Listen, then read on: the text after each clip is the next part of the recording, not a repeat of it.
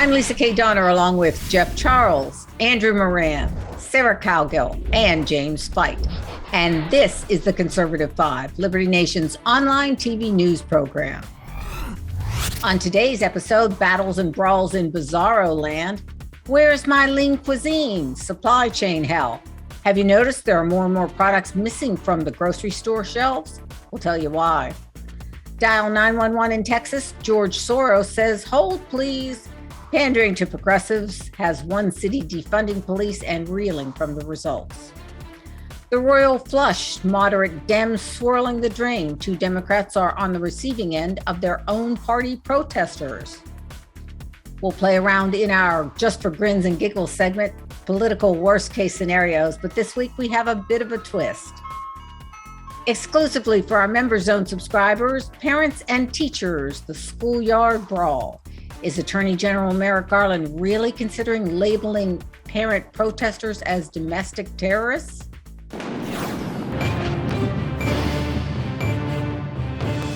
Shipping, trucking, hoarding, pick your poison, but something just isn't right when the frozen food aisle at your supermarket is devoid of lean cuisines. According to the executive director of the Port of Los Angeles, getting goods from ship to shore is a carefully designed symphony. Container ships need to be emptied into trucks. Trucks need drivers. Empty trucks need to return to ports.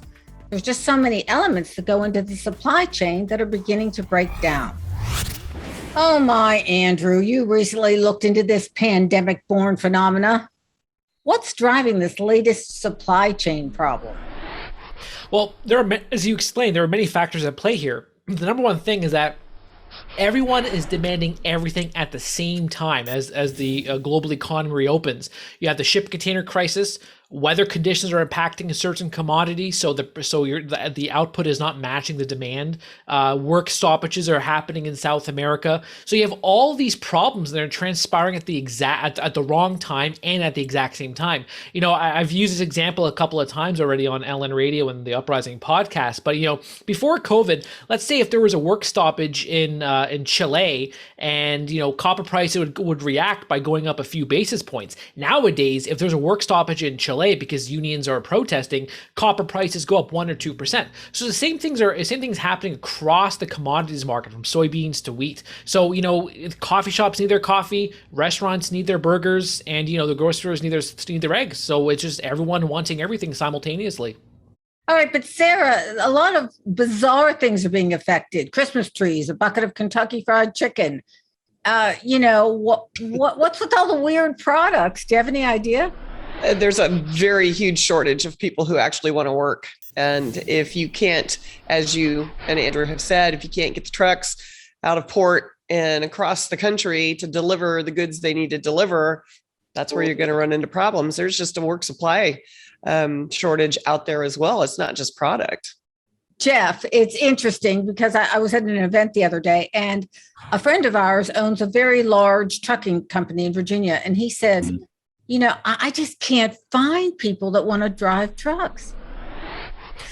You know, I'm not surprised. I mean, it seems like that's been an issue for a while, but I think COVID probably made it even worse. Up until September, we were basically paying people to stay home. So I would expect at least some of that to start going back, because now the federal government isn't providing enhanced unemployment benefits. But I don't think it'll happen anytime soon. I mean, this isn't really my wheelhouse. I don't know much about this stuff, but I know that, you know, when you incentivize people to stay home, that's what they're going to do. So hopefully these businesses will be able to attract more people back, and without the enhanced benefits, maybe they'll be compelled to go back to work. Jim, when do you think the madness is going to end? You know, I mean, I think people are getting tired of not enough water bottles on the shelf, and then there's the issue of hoarding, which may play a part in this. Yeah, I'm sure that does play some part of it. I actually know, I'm not personally a hoarder, but I do know some people who prefer a slightly different term, prepper. And I've seen some of these pantries. Let's just say the shortage is not universal. That said, when can we expect this to clear up? I can't even begin to answer that question. That there are so many factors. First off, we have to get people back to work, right? And not just back to work in general. We do have to get people back to driving trucks. to move these goods. So we need people in the factories. We need people in the processing plants. We need people in the trucks. We need people in the grocery stores. You can't hardly walk into a restaurant or a store of any sort these days without there being a sign somewhere posted in plain view that says, please excuse us, we're shorthanded.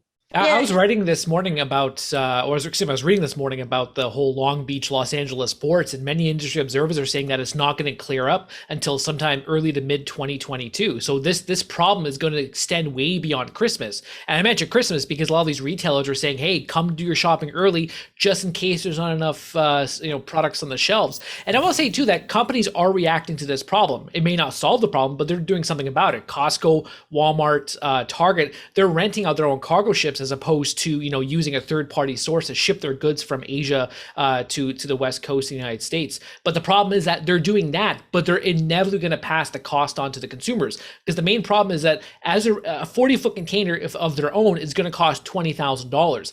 Right now, if they use a third-party source, it's going to be around $11,000, which is still at an all-time high. But still, I mean, you're going to pay double, and that cost is inevitably going to be going on to the shopper. Wait a minute. You also mentioned to me this morning something about China, like countries are hoarding too.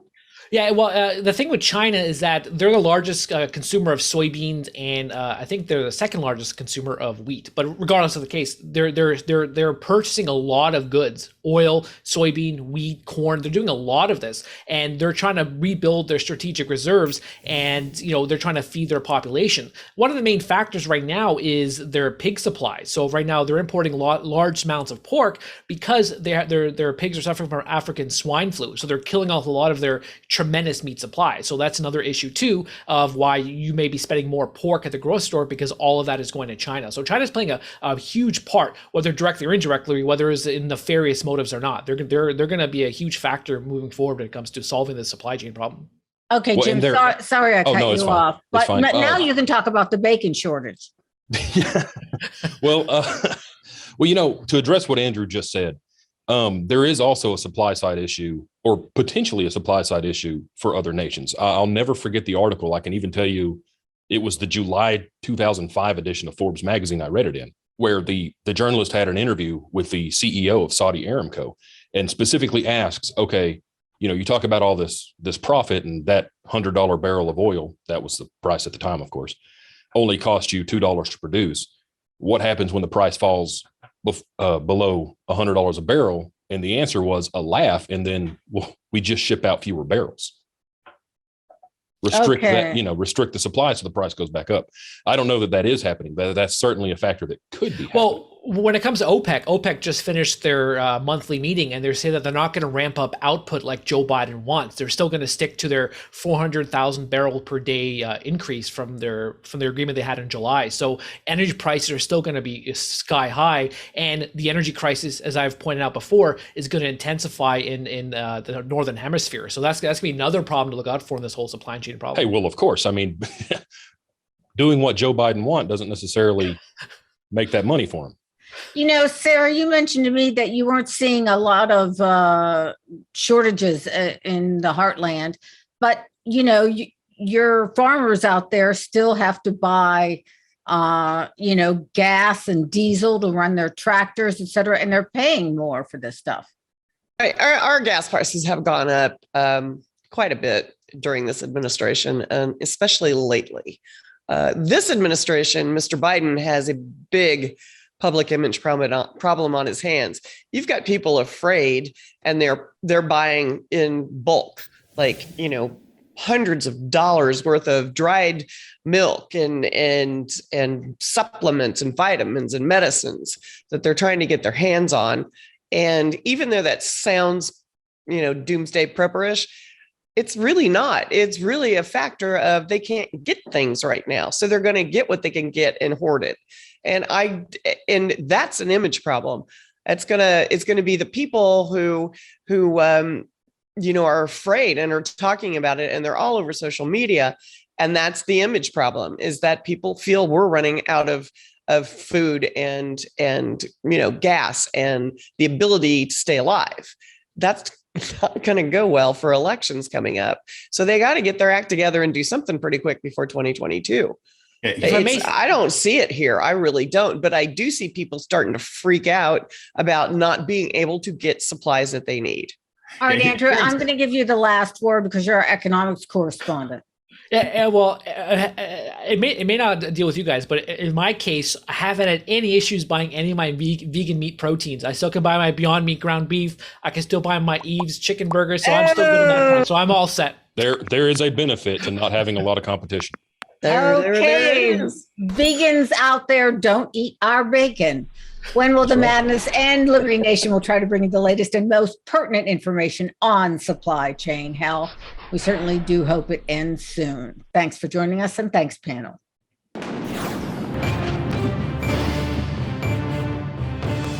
Defunding the police may have sounded like a good idea to city council officials in Austin, Texas. The consequences have been nothing short of disastrous. Crime is up, as in way up. And now residents are being warned not to call 911 unless it's absolutely necessary. Who decides where you should draw the line and dial 311 instead of 911? Gunshots, heart attack?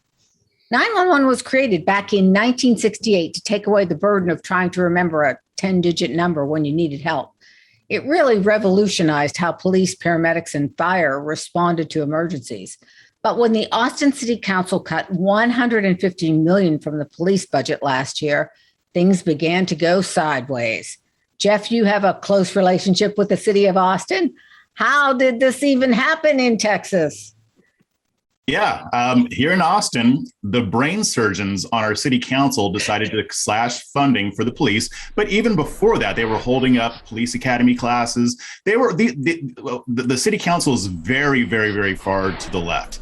And they have already been trying to brainstorm ways to decrease the number of police officers on the street, ostensibly to decrease negative interactions that might result in police brutality.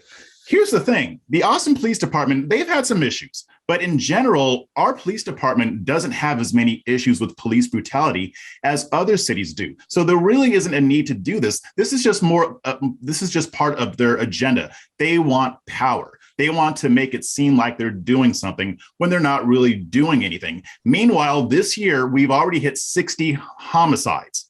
Now, to give a more perspective on that, this breaks a record that was set in 1984 of 59 homicides. We still have 2 more months left in this year, so there might even be more. Combine that with the fact that the brain surgeons on my city council a couple of years ago decided to rescind a homeless camping ban, which has allowed the homeless to basically camp out all over downtown Austin. That has also contributed to the rise in crime. This is the prototype showing why far left progressives should never be in charge of any city, especially when it comes to crime. All right. So, Sarah, as of April 2021, the murder rate up 200%, aggravated assaults 36%, car theft 77%. What were they expecting? They weren't. I don't know what they were expecting, but if you knock back the number of police persons for the number of residents, and you just increase the number of residents versus the one guy or one gal on the beat, you're going to have problems. It's going to be easier to commit crimes. It's who's going to get around to solving the crimes? And really, I know the city of Austin is very liberal, but who thought any city in Texas would ever go for this? I don't see this ever happening in Texas. Everybody is armed in Texas. So I just don't see what's going on in the city. I have no explanation for it. And I don't even know how they got through this vote unless there was serious amount of money pushing it into the vote, to the election. I don't know. That's why you hit the nail on the head. A lot of money. The way this system is set up here, it very much favors progressives, even if the residents of the city are against a lot of what they do. I do see signs of that changing, but I just wanted to interject that there real quick. Well, virtue signaling has consequences. So, Jim, now we have a situation where there is Proposition A going to be on the ballot in Austin that is going to require kind of a safe city standard, which is a national figure, 2 policemen for every 1,000 residents. But guess who has decided to come out against that? George Soros. And he has put down a cool $500,000 cash to get rid of Proposition A. Imagine that. Yeah, virtue signaling does have consequences, but like Sarah said, what were they expecting? They weren't. This isn't a fully fleshed out plan, or it wasn't rather. It was just a knee-jerk reaction for votes and for good public opinion. As for this measure, that sounds great, but here's the problem. So if you pass a law or an ordinance rather requiring X amount of police officers, you still got to hire those police officers.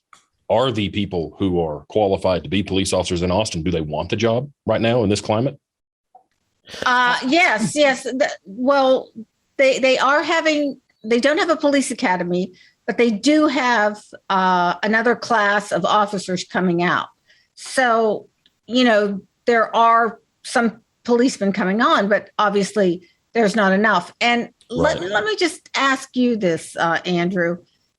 Austin isn't alone in this mess. Seattle is having serious problems. Chicago is having serious problems. In Philadelphia, you've got serious problems with the new DA that was backed by George Soros, Larry Krasner, but he just keeps letting the people out of jail over and over and over.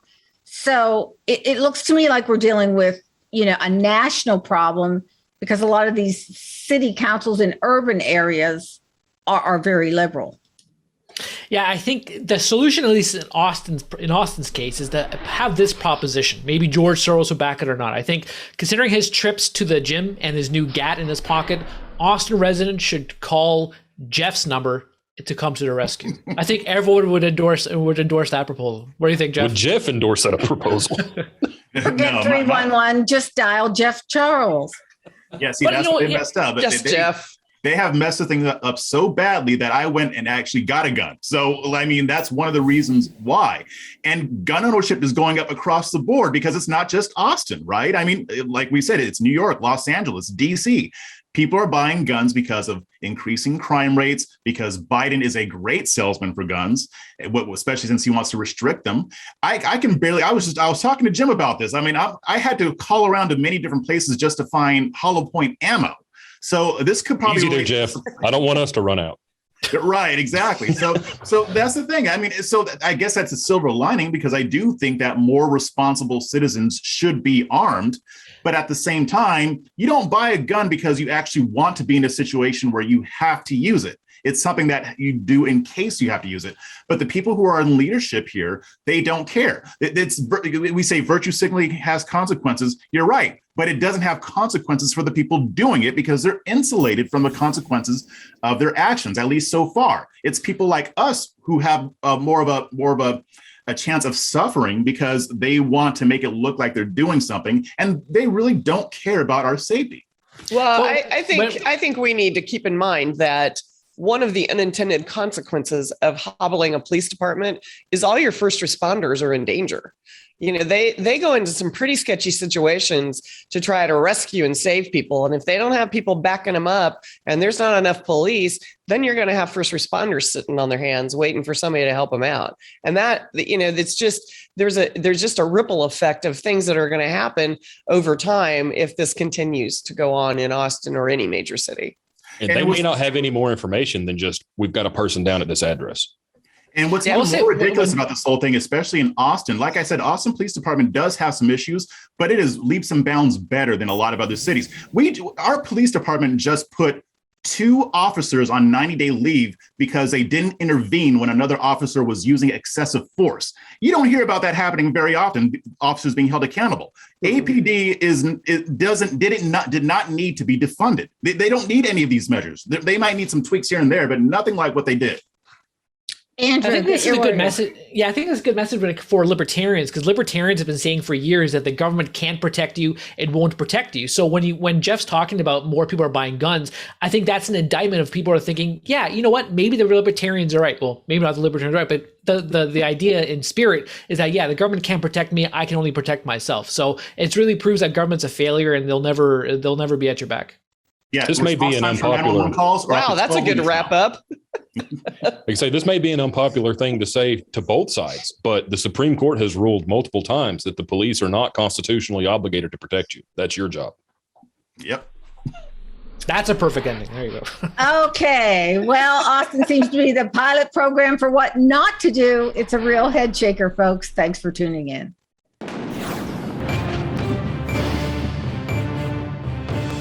Democrats seem to have harassing Republican legislators down to an art form. They encourage stalking, violence, and disruption of people's lives like a toddler throwing a tantrum. Call it good for the order. This week, the party turned on two of their own, Senators Kyrsten Sinema of Arizona and Joe Manchin of West Virginia. Is video recording a representative in a public bathroom fair game? Seems to me things have gotten completely out of hand. Democrats harassing their own. That's a wow. What's driving all the angst, Andrew? You know, the other day when I heard Joe Biden say that this is part of the process, part of the game, helps me to think that maybe he thinks it's part of the game because he was one following around female colleagues in the Senate in the bathroom. So maybe that's why it's part of the process. But this is unfortunate. This is the unfortunate state of politics today. You can't be a centrist. You can't have a different opinion from the party. If you are, you're cast out, you're criticized, or nowadays you're followed just to go to the John. So that's ridiculous. You have to govern now if you want to belong to the Democratic Party. You have to govern like Chuck Schumer or AOC. I don't know how this happened. I don't know what point in time this whole thing just became, political theater, or not even political theater, a pornographic, ugly political theater going on right now. To echo the great Scott Adams, the Dilbert creator, he said that, America today is like watching two different movies on the same screen. So I think people are doing this inside their cinema or inside their mansion. Very nice. Oh my gosh, I knew he would fit that in. I was actually waiting for one of your impressions, but I can't. I can't do it. And you were worried you weren't going to get any humor in, Andrew. Oh, you got your time. You got your time, Andrew. That was excellent. Excellent. Thank you. All right, who's picking it up from there, Jeff? Oh man, how do you follow that? Here's the thing. I mean, the whole part of the process thing. When Biden said that, I'm like, dude, really? I mean, I'm old enough to remember when footage surfaced of Marjorie Taylor Greene harassing AOC and her people in her office, yelling through the mail slot, and they were like, "Oh my God, how can they do such a thing?" I mean, the clutching of the pearls, all the pearl necklaces that were broken because because of what Marjorie Taylor Greene did. But then when it happens to somebody who isn't doing what they want, it's just a part of the process. It's absurd, and it shows the kind of mentality that we have in politics. And I'm going to be fair, it isn't just Democrats who do that. People on the right do it too. If somebody kind of bucks the trend, or if they want to, represent their constituents, and it may go against what the party wants, they get pilloried. Now, I will say on the Republican side, you don't have people following people into restrooms and stuff like that. But still, it's just it shows how our politics have become. We're basically in a team sports mentality, and principles don't matter as much as they used to. Sarah, have we become an uncivilized society here? Yeah, we're almost like Parliament for the United Kingdom. Yeah. People start yelling and screaming and carrying on. We used to have manners. We don't have manners anymore. We just, throw a fit. We didn't get our way. We're going to throw a fit. They didn't get their way in 2016. They threw a fit. They wore disgusting hats and made fools of themselves repeatedly. And then in 2020, then everybody's mad because they didn't get their way. It's whether or not you believe that the process was fair in any election, it's done. And you move on from that and you figure out how to get the next guy out of there. And this isn't doing it. This isn't doing anybody any good. It's harassing your own people who are trying to do well for their own constituents. And let's face it, the constituents in West Virginia and in Arizona, they're not boldly blue. So they're walking a fine line and they're trying to make everybody happy. That's their job, to represent their constituents. Their constituents are not progressives. Their constituents are either very centrist, blue dog Democrats, or kind of middle of the line Republicans. They're not hardcore in either direction. So that's what these two are trying to accomplish. And that's what they're supposed to do. That's why they got elected. Jim, maybe Democrats will swap out these two for Liz Cheney and Mitt Romney. We could always ask. I mean, fair trade. Fair trade. Although, to be fair, I like them where they are for the tactical advantage of being able to shut down a Democrat majority. But let's look at what happened here. Okay, part of the process. Really? If Joe Biden, of course, it would never happen because he's president and he has, constant security detail. But if Joe Biden were the one who was followed into a restroom, public or otherwise, and recorded on video in the restroom as they're being berated in what's supposed to be a private place, regardless of whether it's a public restroom, would he say that that's part of the process? I highly doubt it. But this isn't anything new, really. You look back in modern politics, Trump era, and we see this. You go way back. Fights used to break out in Congress all the time. People challenged each other to duels. Might get a good old caning. Good old fashioned caning. I mean, this isn't new. Yeah, I think it was John Adams who had the attack ads against, or I think it was Thomas Jefferson who had attack ads against John Adams. I think he's saying he's a bald, toothless liar. And then someone was talking about hookers from France. So yeah, that's pretty common. But I think one also important distinction in this whole, this uncivilized behavior is that when there's trillions of dollars on the table, everyone is going to be fighting for a piece of that pie. $5 trillion and all the spending proposals that Biden has. Of course, everyone's going to start harassing other politicians because they want some of that money. They want to put it in their pocket. They want to get something for nothing.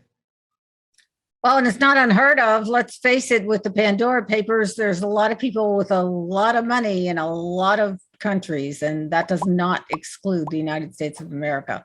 Well, I had a gut feeling when Sinema appeared at her first State of the Union speech, not dressed in white like the rest of the female Dems, but a flashy fuchsia, she would get herself in trouble down the line. Beware of the progressives, folks.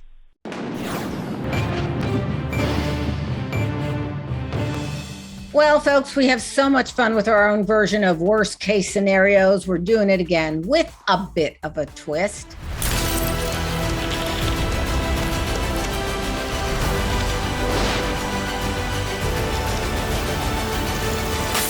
This game allows the panel to choose the best option for survival or sanity. All right, guys. Now, I always go to Jeff first. I'm going to mix it up. We're going to go straight out to Sarah. And I'm letting you know, we have a daily double, a random question that has nothing to do with politics. So hit it, Sarah. Give me a number. I'll take number 1 in honor of Jeff Charles. Okay. Jeff always takes 1. Sarah snuck it by him today. The supply chain apocalypse has you hoarding goods. You have room for one more item. Do you choose a case of wine or a case of coffee? I'm choosing a case of wine, and I'm going to choose which case I want, and I'm going to stay drunk until all this is over. White or red? Red. Yes. Yeah. Although I have to go with coffee. A nice Pinot Noir or a nice Cabernet from my favorite winery deep in the heart of St. Joe, Texas, the Blue Ostrich. I look at it this way. Coffee keeps me from getting headaches and wine gives me a headache. So I'm going with coffee. Who's drinking with me? Come on. Who's drinking with me?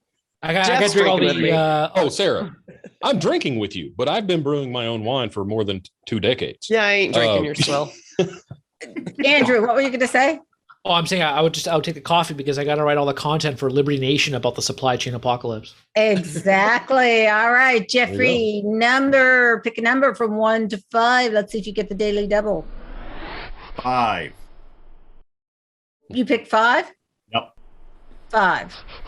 You have found Hillary's smoking gun in an election cheating scandal that would overturn a presidency. Do you write it up or see if Chris Wallace wants the story? I don't hate Chris Wallace that much. Can we give it to Joy Reid? Okay. She won't write it. She'll lie about it. I got to admit, I'm not a Chris Wallace fan. Anybody else on board with me? I was going to say that seems like a 2 birds, 1 stone situation. Hello, Chris. Hey, this is Liberty Nation. I got something for you, baby. You give it to Shep Smith. I like his voice, though. I like Chris Wallace's voice. Oh, it's like fingernails on a chalkboard with me. Either way, I'm definitely not writing that one up. You're definitely not writing that one up. Okay. Andrew, pick a number. 3. Nancy Pelosi and Maxine Waters are on their favorite Potomac River booze cruise. The boat has sprung a leak and is sinking. You are safe in a life jacket and have only one more to give out. Who do you save, Nancy or Maxine? I have a question. Before I answer, I have a question. Why do I always get the Maxine Waters name? I was going to say, is this the second I always get it. or third I was going to time? say, I think that's the second time you've gotten Maxine. No, more than Maxine and Nancy. Yeah, no, yeah, it's been like 3 or 4 times. All right, well, I guess because Nancy Pelosi is filthy rich, then perhaps if I save her life, she'll give me part of that Pelosi fortune, or maybe she'll give me that ice cream in her refrigerator that she was pawning off of on the late night show. but don't you think Maxine is much more entertaining? I mean, shouldn't we say the one that there's somebody to laugh at? I mean, I'd keep Maxine because she ain't going anywhere further in politics. So You push it's back. not like she could be the president tomorrow. Well, that's You push back. You push back. You build a crowd. You go around them. She's fun. there's the impersonation. What I tell you, Andrew. I knew that was coming. That was coming one way or another. All right, who's up, Jim? Let's see, 1, 5, and what did Andrew? No, pick? no, no. Was You- 1, 3, and 5 are gone. No. Are gone. Okay, I'll take 4. Okay. Okay, 4. If you left me the crummy one again, I'm going to get even with you. You can only have one meal for the. Oh wait, is this the daily double? Daily double. Ding, ding, I ding, ding, ding, ding, think ding. number 4 is the daily double. All Jimmy right, gets a bonus. James, you only can have one meal for the rest of your life.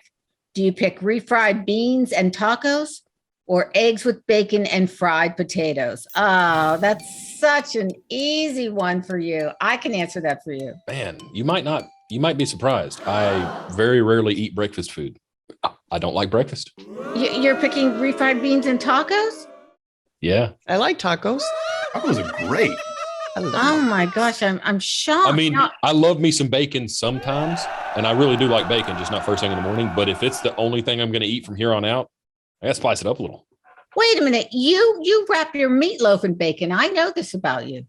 Yeah, and that's great, but that's not breakfast. I think that the breakfast one is best because you can have the eggs made out of pea protein, and you can have the bacon. God. I mean, wheat you know, gluten. I get it. Oh. Nutritionally speaking, the other option is better. But look, if I can only eat one All thing for the those rest of my life, refried who cares? beans. I'm just saying. All right. I will take number 2. Donald Trump's limo breaks down in front of your house. So sad. You are a terrible housekeeper and your place is embarrassingly messy. Do you tell him to come on in or wait outside till you fetch him a Diet Coke? Oh, definitely. If my place is a mess, he waits outside. Yeah. I You can guess take it or it's- leave it, man. Come Yeah, on. in. he ain't getting inside my house. Okay, but this new Diet Coke with what's it called? No sugar Coke. That's really tasty. Was it and like he's- Coke Zero, I think? I think it's called no sugar or something like that. Oh. It's like Coke Zero, but it actually What tastes horrible pretty good. chemical is in it that makes it sweet? Yeah, exactly. It doesn't don't matter talk as long about as that. it tastes good and it's 0 calories. We're all going to die anyway. All righty. Lisa, why is your no, place no. such a mess? Tell me why. I have this great cleaner. You can come and he can clean your place. Okay, just tell You him. I sound like sent an you. Italian mob boss, not like I Donald don't Trump. know. He's I know, starting to right? sound like Trump to me now. He's Wait, kind of Starting to get the work his Trump way into that. But I vibe mean, here. have you seen Trump's desk? You think he's really going to complain? Okay, on one of these, we're going to have Dana Carvey come in and do Bush 41. Though, I wonder if there's anybody in our audience who even remembers the George Read Herbert Walker. my lips. I remember that. No new taxes. All right. We've had a Points of light. ridiculously good time. Hope you have too. It's all in fun, a little bit of sanity and analysis. Check our meme of the day on libertynation.com and keep a smile on your face. Thanks, guys.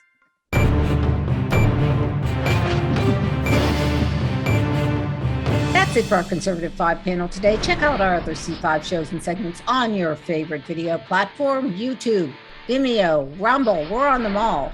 As well, Liberty Nation has its own Roku channel where you can see all of our TV productions. Thanks for tuning in, and remember to surf on over to libertynation.com. Sign up for a new member zone, just $29.99 for an entire year. Special thanks to our fantastic editor and post coordinator, Frank Diorio, our executive producer, Sarah Cowgill. I'm Lisa K. Donner, editor-in-chief. Thanks for joining us today. This has been a production of LibertyNation.com, conservative news where truth matters.